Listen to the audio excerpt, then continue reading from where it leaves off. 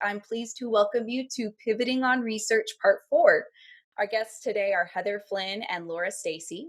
Heather Flynn is a clinical psychologist and professor and vice chair of the FSU College of Medicine in the Department of Behavioral Sciences and Social Medicine. She is also the chair of the Women and Mood Disorders Task Group within the National Network of Depression Center.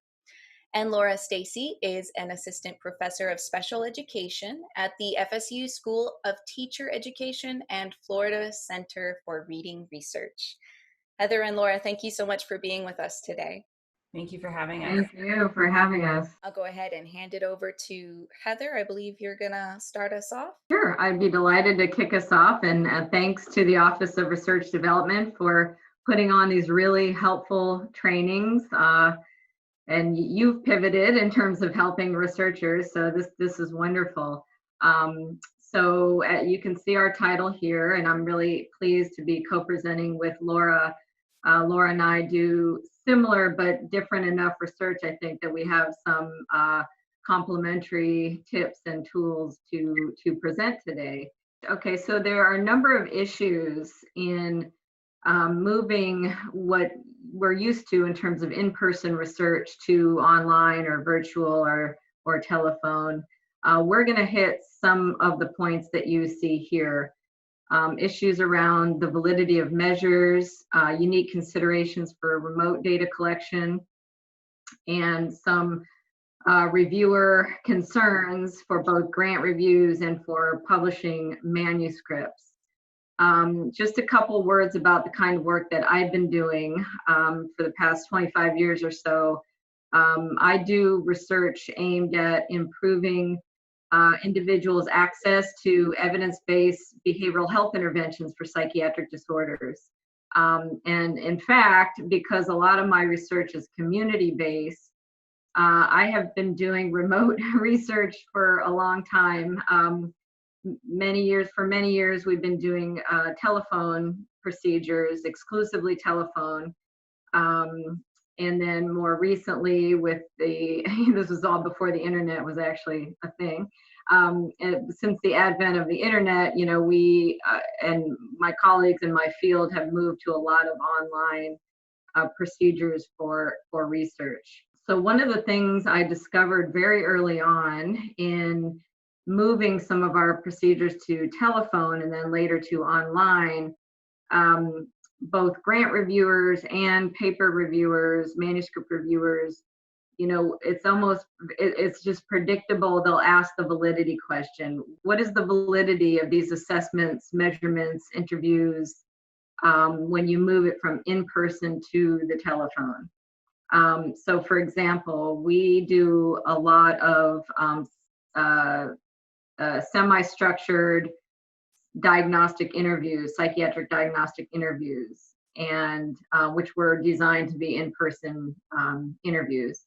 I've done hundreds of these over the telephone. Luckily, there's been research that has come out that has shown no difference in validity doing these kinds of assessments over the telephone versus in person. So early on, I wasn't savvy enough to realize that I should just put that in my grant application or my paper, my manuscript, just to head off any reviewer concerns about the differential validity of those kinds of things. The other domain is that I work in and is an important consideration is delivering behavioral health interventions over the telephone or online. Now, luckily there's been lots and lots of research on online behavioral health interventions, whether that be guided with an individual or purely patient or participant self-directed or app-based. So we do have a lot of information on the effectiveness and feasibility of doing these behavioral health interventions online. The gist of that research is that online platforms for delivering mental health and behavioral health interventions, which can be done actually in an individual or group format, are very effective. They're very feasible. They do tend to improve access. Their potency or effectiveness seems to be a little bit better, though, when there's also a human checking in and maybe facilitating, so the different models of that. So these are important considerations when moving interventions online. And then the last kind of thing that I'll mention around online versus in-person or qualitative methods. So doing semi-structured interviews and even focus groups online. And there it's just, again, really important to cite support for the fact that these online or telephonic based, I've done numerous telephone semi-structured interviews, qualitative interviews, even including focus groups. And, you lose a lot of the nonverbals over the phone, but it goes very well. And there's lots and lots that's been written about the validity of online qualitative methods. So it's very important to anticipate that'll be a reviewer concern and just put it in there. So those are some of the issues that I was going to talk about. I think I'm turning it over to Laura at this point. Great, thank you very much.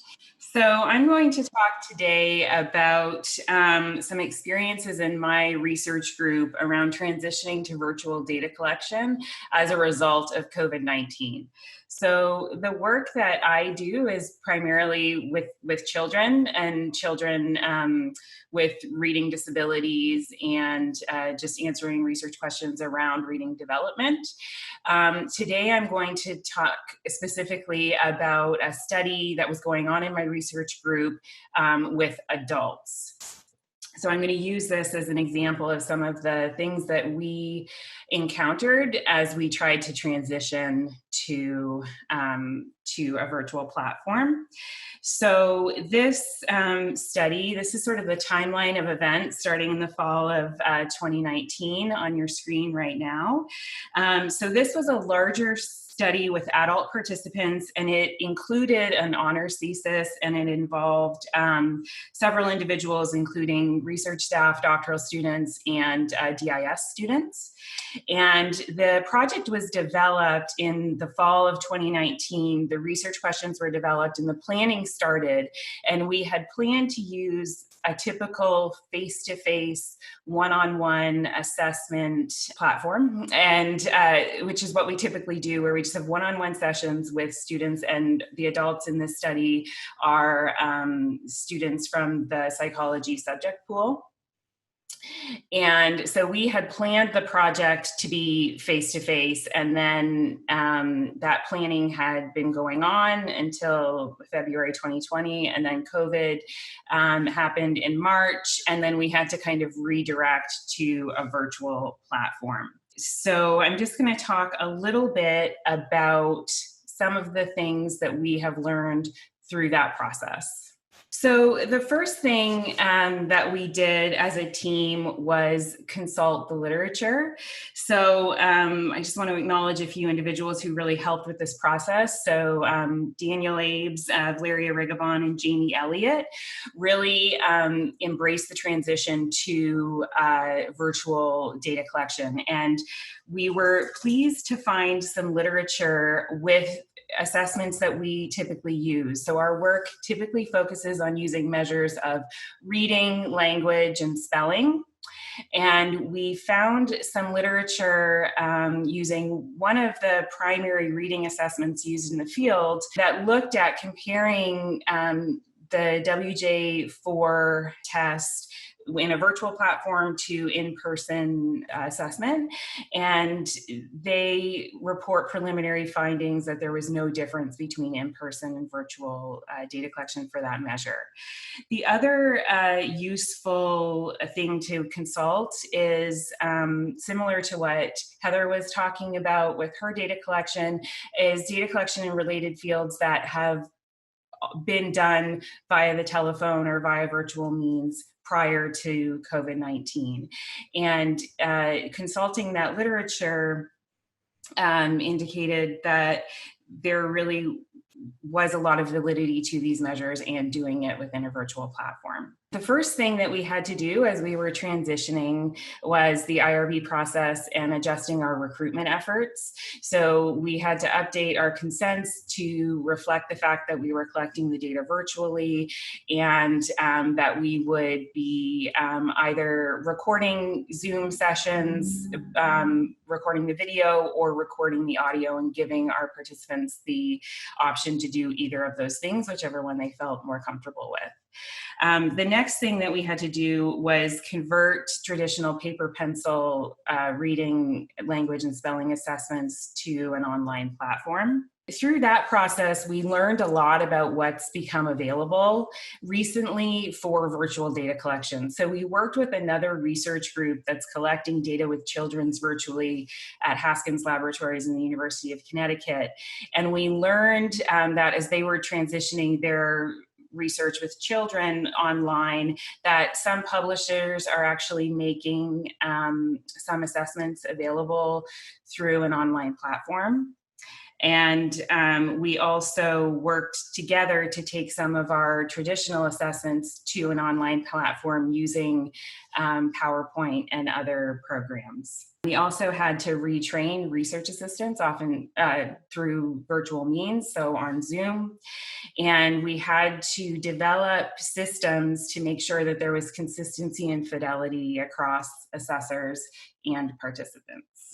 Great, thank you. That was very helpful, particularly the retraining of the research assistants. Sometimes you just kind of assume that you can transfer your knowledge easily, and that's not always the case. So as I was mentioning before, some of the reviewer considerations, I talked a bit already about justifying the validity of virtual online telephone format of assessments and interventions if you do intervention research with supporting data. If supporting data doesn't exist, it's probably a good idea, particularly for a grant application, to try to at least pilot it for yourself. If it's possible to do a pilot comparison of in-person versus online, even if it's a very small sample size, so you have some justification for the validity and the retention of the validity through administration of your assessment or your tool or whatever in an online format. It really kind of depends on the type of grant you're submitting, I think. If it's a pilot grant, something like an NIH R03, you would think you wouldn't need that pilot data, but it's always a good idea. For the larger scope mechanisms, for example, NIH R01, even an R34, which is supposed to be a developmental grant, or an R21, they still, you still might get those reviewer comments. The scoring on your methods carries most of the weight in your score. So it's really important to be airtight in justifying the format of delivery of your assessments and measurements and that kind of thing. There are some kind of broad overarching guidance documents that have been published in the past few years. Hopefully in your field, you'll be able to find some justification of the format. And I think that as far as the reviewers, since COVID, I would assume people are very understanding of the need for online research methods. The other point I wanted to make was around that reviewers that have come up in my reviews over and over again are the issues of privacy and human use issues for online. So I mentioned that a lot of my early work was using the telephone to reach populations throughout the United States. And reviewers have, over the years, wanted to be reassured about privacy and actually in some cases safety and confidentiality when doing remote data collection and remote intervention. So for example, how do you ensure that the person has a private location to communicate with the researchers? If you're not there in person, you can't see who else is around. We include items in our assessments on abuse, including physical, sexual abuse, and domestic interpersonal violence. If you're somebody who studies any of those things, you have to make sure that you address safety of completing, doing something online or over the phone in terms of privacy and that kind of thing. And if you've submitted grants before, you know this already, human use issues always come up. So you want to make sure that this is airtight in your application, that you've thought through the issues around confidentiality, privacy, safety, and other human use issues, and just go ahead and put that in your application just to reassure the reviewers. The last point is around the feasibility with altered formats. So there's an assumption that we make, that I've made for years, that remote remotely delivered assessments, interventions, research procedures are more feasible because people don't have to physically come in, but you still get comments, reviewer comments about feasibility. My work is with a lot of low-income populations, and all of the time there are comments about whether or not the person has, for example, internet bandwidth, whether or not they have minutes on their cell phone to devote to the research procedures. So all of these feasibility issues still come up when it comes to online. So again, you can either look to the literature to see if there's any guidance around how feasible it is to do your procedures in this different format, but it's also very helpful to do a small pilot study so you can document and demonstrate the feasibility, even again, if it's a small sample size. And it's extremely helpful for the researcher to work out the kinks, before doing the actual study. Some of these considerations of reviewers are more applicable for grant submissions, for grant proposals, but certainly for manuscripts, addressing the human use issues and the validity, the feasibility isn't much of an issue because you've already done it, but those come up on manuscript reviews as well. And I just wanted to add to what Heather said, because this is so new for our team, we've really been focusing on keeping documentation of all of the decisions that we're making throughout this process so that all of those things can be reported when we go to publish this, to make sure that there's transparency around this, because it's going to be new for reviewers as well, so that we can just be as transparent as possible with what we did during this transition. So I'm just going to talk a little bit about some of the things that we have learned through this process and some tips and tools and strategies that may be helpful to others. So one thing that's been really helpful for our team is collaboration with other research groups who are doing similar work in our field, and not reinventing the wheel. So sharing what we're doing with them, but then them also sharing what they're doing with us. And that also helps to brainstorm and to problem solve with different populations too. Because right now we're collecting data with adults, but we are looking at the possibility of collecting data with children, so we can also learn from other research groups who are doing that right now. We've also learned quite a bit about tools for assessment. So using things like PowerPoint to control stimuli and other resources to control the environment for the participants and control the stimuli that are available to them. We've also come up with some systems for consistency across assessors. So our goal is to have our assessment sessions pretty uniform across different assessors and sessions. And so we are trying to maintain a very high expectation for fidelity and for uniformity across sessions. We've also had to come up with some new ways of data management and communication to ensure that everything is secure, and we're keeping physical copies of things as we would with this study in any way that we would do it. But we've also had to come up with ways of communicating with everybody working virtually and come up with systems related to that. We've also come up with some sort of detailed troubleshooting around technology. So technology on the part of the participant, and Heather spoke to this, and technology on the side of the research assistants, and just making sure that everything goes as smoothly as possible. We put together this tip sheet around some of these issues that we've learned, and I'm happy to share this with people if it would be helpful. So these are some things just about controlling the physical environment, or the virtual environment rather, and dealing with issues of audio. A lot of our tests are language tests, so they have an auditory component, and that can be challenging on a platform like Zoom where there may be a delay or something like that. So coming up with steps that can be taken when those challenges arise, using tools for assessment, like I mentioned, like PowerPoint and other programs, issues around fidelity and uniformity. And so we try to make sure everyone is using the same video platform, using the same programs across the board as much as possible. And again, recording all of these decisions in a log to make sure that we can be transparent about all of these decisions when we go to report our findings. And Heather, I'll let you add any additional tips and tools.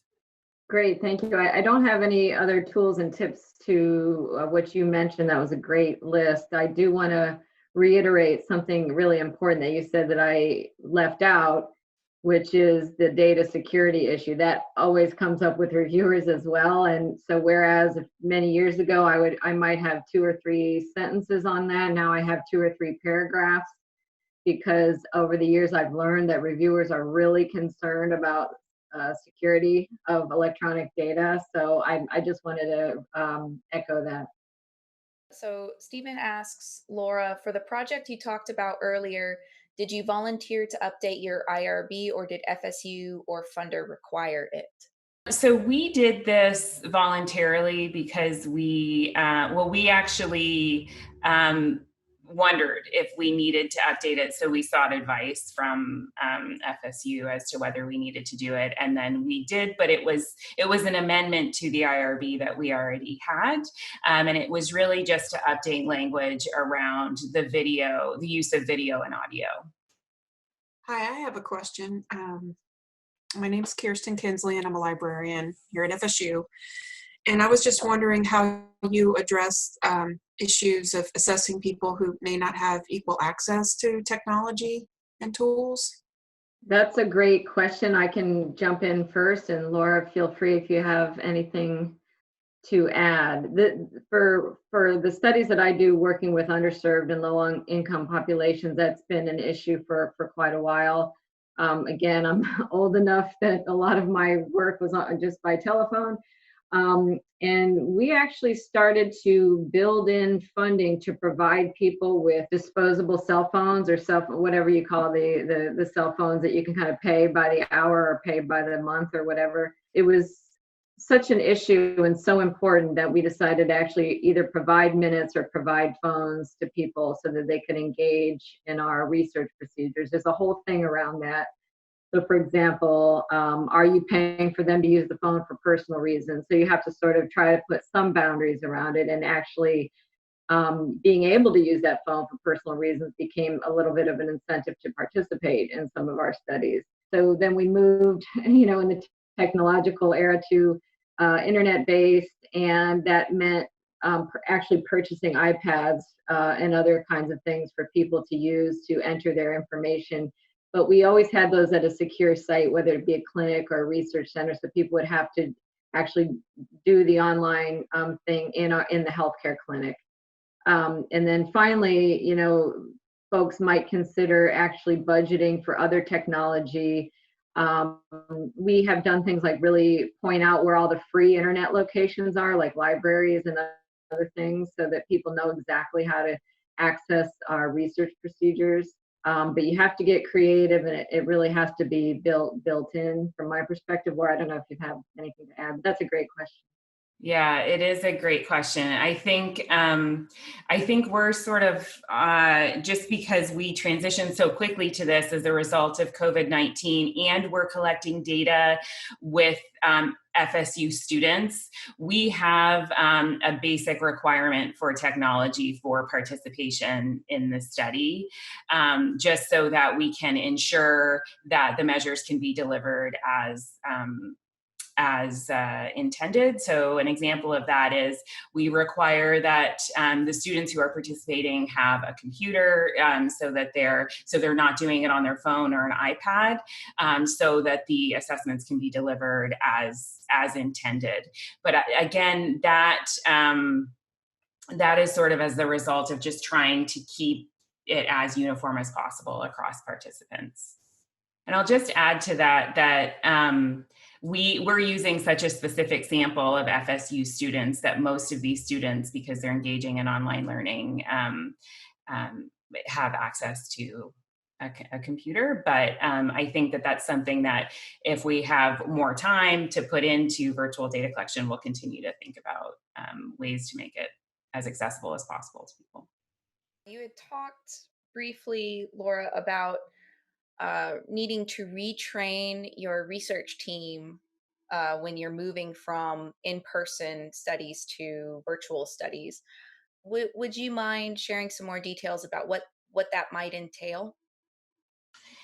Yeah, so we have sort of a system in place in our research group of how we train assessments and how research assistants practice those assessments, and then they do do a mock session with the project coordinator to ensure that they're administering those assessments with fidelity. So a lot of those things that we would have done in person ended up happening over Zoom. So a lot of meetings over Zoom, a lot of practicing over Zoom, that kind of thing, a lot of troubleshooting, and a lot of brainstorming, because there are a lot of different people, a lot of different DIS students on the team, and everyone brings different experiences. And so that was really helpful in coming up with solutions to a lot of the challenges that arose. In addition to that, it was coming up with systems to follow that were very explicit, so that people knew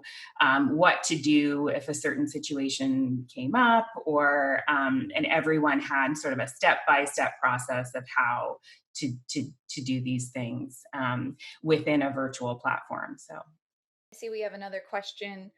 What are the ways to secure and verify privacy and safety of participants if they are participating in a study remotely, especially vulnerable populations? That's an excellent question, and something, for a person who's studied, interpersonal violence, substance abuse, suicide, depression, this is something that, when we're doing remote, mostly assessments, we do want to put some safeguards in place. You can't ever completely control it, but so there are a couple ways in which we have tried to ensure. One is to be really just to provide a lot of education to the participant about the fact that we will be asking sensitive questions and giving some examples, and letting them know that we are happy to do the interview at any time you feel like you can be in a private, secure location. So it's definitely on their schedule, the participants in control. And we've also done things like, when we're speaking to the person, either in the context of going over the consent and all the information about the study, or just providing an overview of the study and some of the issues inherent in the study. If the person expresses any concerns about, for example, somebody else living in the home coming in while they're doing the interview, we actually come up with code words or code phrases they can use, so that we know that it's time to kind of terminate or wrap up or switch the focus of the interview. Those are kind of more extreme cases around, violence and substance use and stuff like that.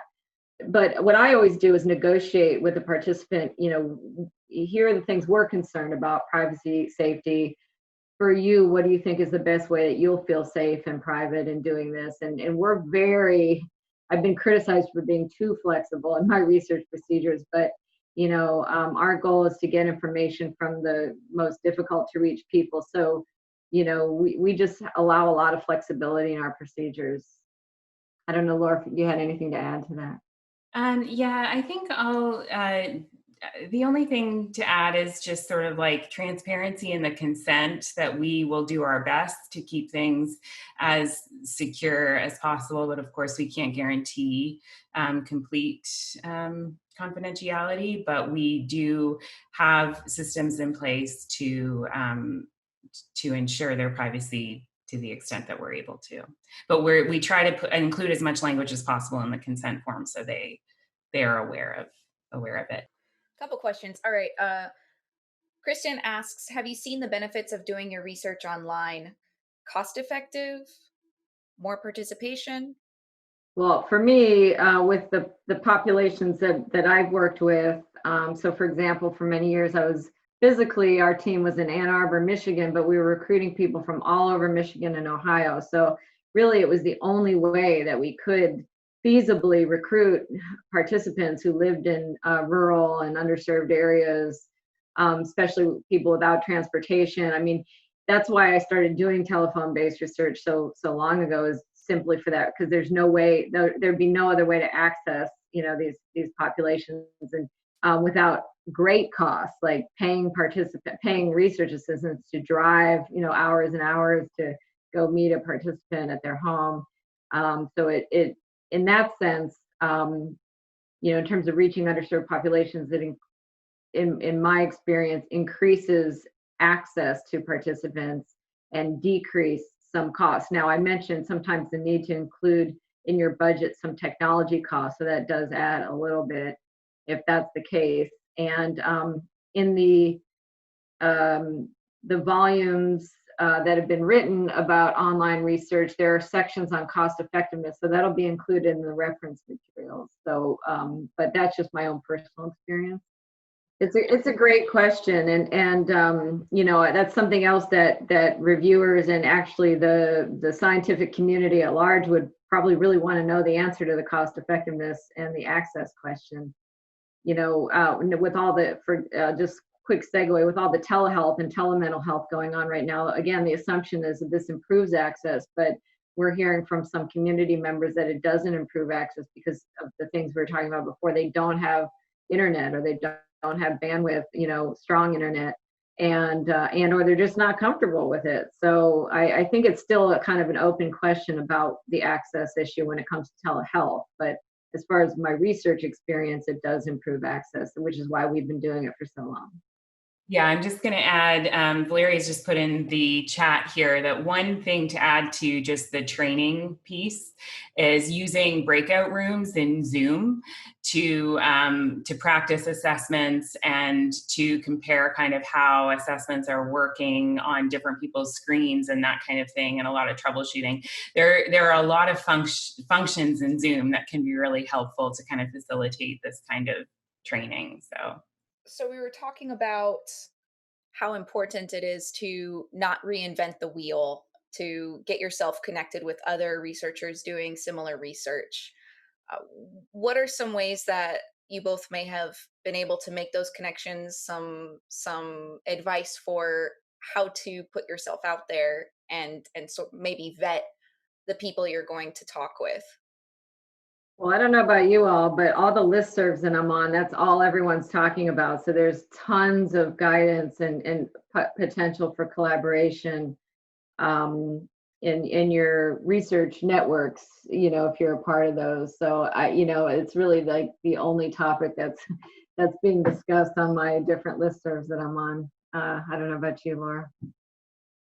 Yeah, I think same. And we also had sort of like existing relationships with some other research groups. And our experience has been that people are really enthusiastic to share resources about these things and to brainstorm and to, because the timeline has been very short to kind of get these things off the ground. So I think as many people working together on it, people seem to be really excited about collaborating. There's been a lot of overlap, and it's been extremely helpful. Valeria also says, also academic Twitter. For those of us who might not know, I'm one. What is academic Twitter? So at least in our field, it has, you can really access other professionals through Twitter, and a lot of people will tweet out questions about certain things, or if they are looking for people to collaborate with, or they're looking for resources for a particular assessment or a particular area. Twitter is a great way to kind of put that out there and see if people are, asking the same questions or have answers, and that seems to be a real place for connection around these things, at least in our field. Yeah, and I'll unmute myself really quick. I've seen just a lot of people having really helpful threads of conversation on Twitter, whether it's related to how you can recruit people remotely, or how you can, like, just tips for even setting up emails to people who you haven't collaborated with prior to all of this going on. And so if you are not on academic Twitter, I say academic because Twitter has a lot of stuff going on, but academic/professional Twitter has a lot of people having really kind of like casual and comfortable conversations about what the best next steps are, and like how you can be creative with your data collection and not to be discouraged by everything going on. So it's a good place to be right now. That's awesome. Thank you. Well, this has been so helpful. Thank you so much, Heather and Laura, for being with us today and sharing your knowledge. This has been wonderful. My pleasure, and thanks to everybody who participated and for your passion for research. Appreciate that. Yes, thank you. Thank you for having me, and thank you for creating this space for these conversations. It's been great. Thank you. Bye, everyone.